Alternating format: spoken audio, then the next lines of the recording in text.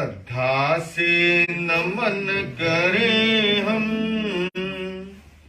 तेरा अनुसरण करें हम, पल पल में स्मरण करें हम महावीर स्वामी। श्रद्धा से नमन करें हम, तेरा अनुसरण करें हम, पल पल में स्मरण करें हम महावीर स्वामी। आराध्य देव के चरणों में नमन, आचार्य चरणों में नमन। Jain centre BC Vancouver Canada के इस पवित्र प्रांगण में 10 लक्षण महान पर्व की आराधना के लिए उपस्थित श्रद्धालु श्रावक श्राविकाओं, उपस्थित बंधुओं और बहनों,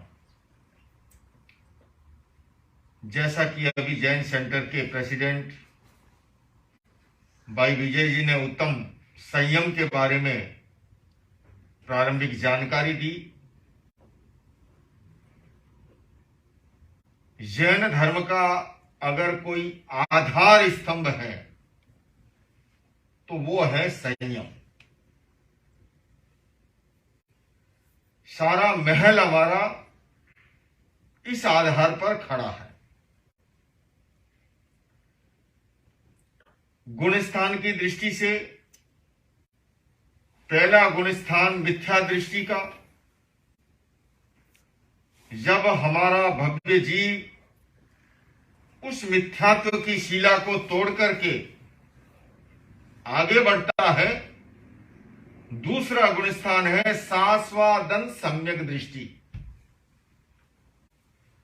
उदाहरण की भाषा में कहा कि वृक्ष से फल गिरा और धरती पर पहुंचे, इस बीच में जितना सा समय लगता है, केवल मात्र इतने समय के लिए भी सम्यक्त्व का स्पर्श करता है।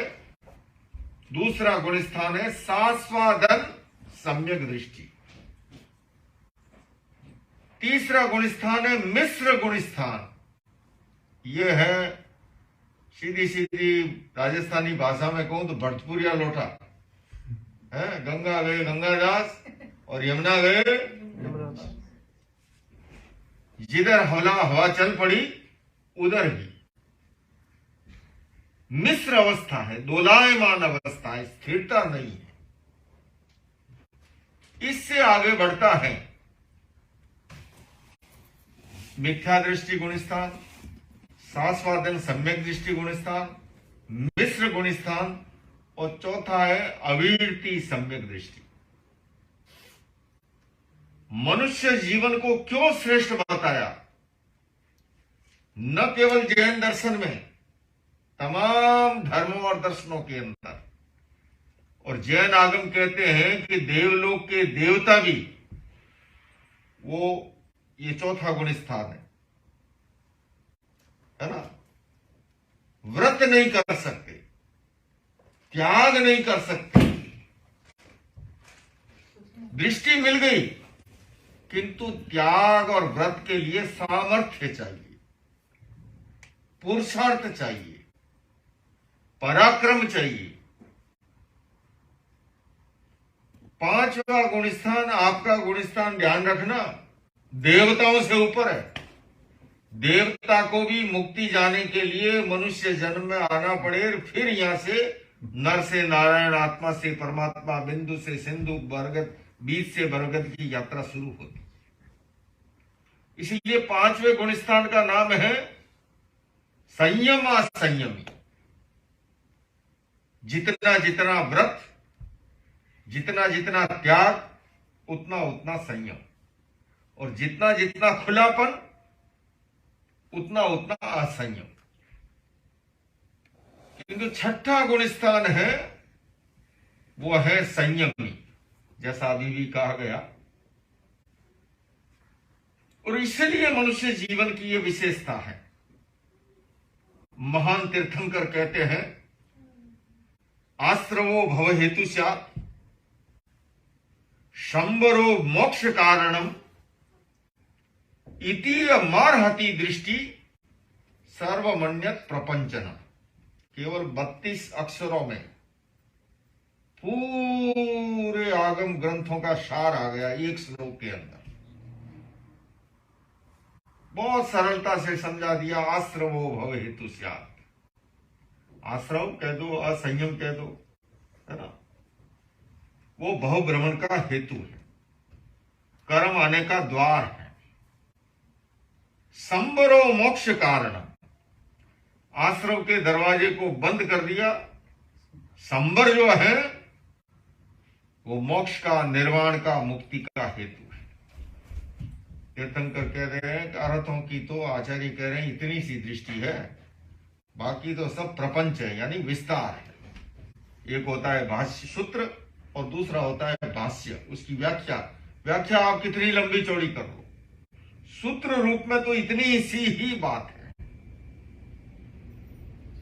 पर संयम करना भी, जब तक अंतराय कर्म का क्षयोक्षम नहीं है तब तक चाह करके भी। महाभारत में भी प्रश्न किया योगीराज कृष्ण से कि जानामि धर्मम नच में निवृत्ति, जानामि अधर्मम, जानामि धर्मम नच में प्रवृत्ति, और जानामि अधर्मम नच में निवृत्ति।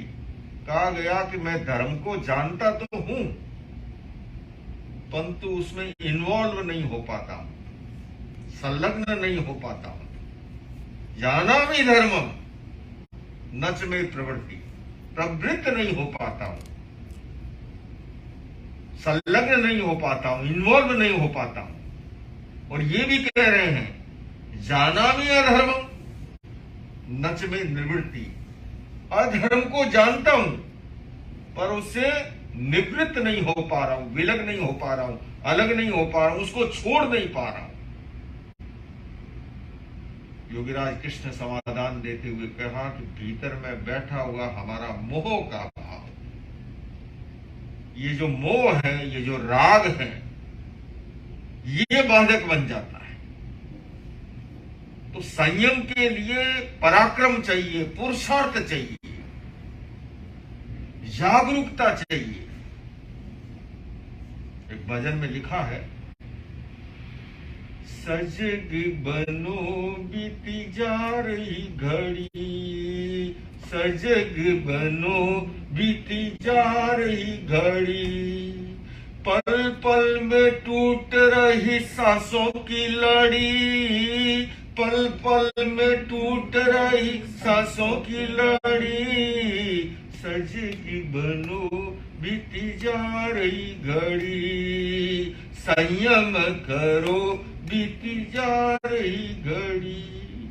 हीरा सा जन्म यह मानव का पाया, हीरा सा जन्म यह मानव का पाया, सुंदर है काया और पास में है माया, पास में है माया, सारी ही सुविधाएं पास में पड़ी, सजगी बनो बीती जा रही घड़ी, संयम करो बीती जा रही घड़ी, पल पल में टूट रही सांसों की लड़ी, पल पल में टूट रही सांसों की लड़ी, सजगी बनो बीती जा रही घड़ी, संयम करो बीती जा रही घड़ी। और इसीलिए भगवान महावीर कहते हैं, खणम जानाई पंडियो समयम गोयम मापमाय, काले कालं समाय रे। जगह जगह भगवान महावीर ने इस बात पर बल दिया। वो कहते हैं खणम जानाई पंडियो, जो इस क्षण को समझ लेता है, जो समय का मूल्यांकन करना जान लेता है, वही पंडित है, वही महर्षि है, वही विद्वान है, वही प्रबुद्ध है। और उसी पे बल देते हुए गौतम तो एक प्रतीक है, हम सबके लिए उद्बोधन है, समयम गोयम मापमाई। गौतम क्षण मात्र भी प्रमाद मत कर, क्योंकि जहां पर प्रमाद है, जहां पर आलस्य है, जहां पर असंयम है, वहां कर्मों का उपार्जन है। न जाने किस समय आयुष्य कर्म का बंद हो जाए, और गति जो है वो आयुष्य कर्म के अनुसार होनी है। इसलिए महावीर कहते हैं हर समय सजग रहे, अलर्ट रहे संयम के प्रति, उसके पराक्रम के प्रति। और 10वें कालिकागम में ये भी कह दिया, काले कालम समाये। जिस काल में जो काम करणीय है, उस कालखंड में हम उस कार्य को करें। पर मनुष्य बुद्धिशाली प्राणी है ना। जिस समय मतलब ये एक ऐसा प्राणी है, सोने के समय खाता है, खाते के समय सोता है, आधी रात को भी फिरता भी है और चरता भी है ना? आप संसार के तमाम प्राणियों को देख लीजिए, बाकी सबका कालखंड है। पशु पक्षी संध्या होते ही नीड़ पर आ जाएंगे, है ना।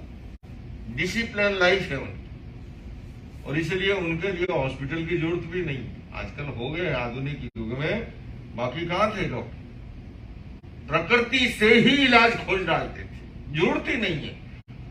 सचमुच में तो अगर किसी की अनुशासित जीवन शैली प्रारंभ से हो ना, तो जिंदगी में कभी दवाई की जरूरत ही ना पड़े।